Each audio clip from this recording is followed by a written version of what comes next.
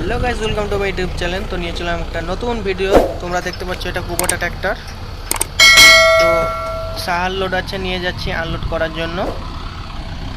তো এটা 55 HP tractor, তোমরা জানোই অবশ্য 4x4।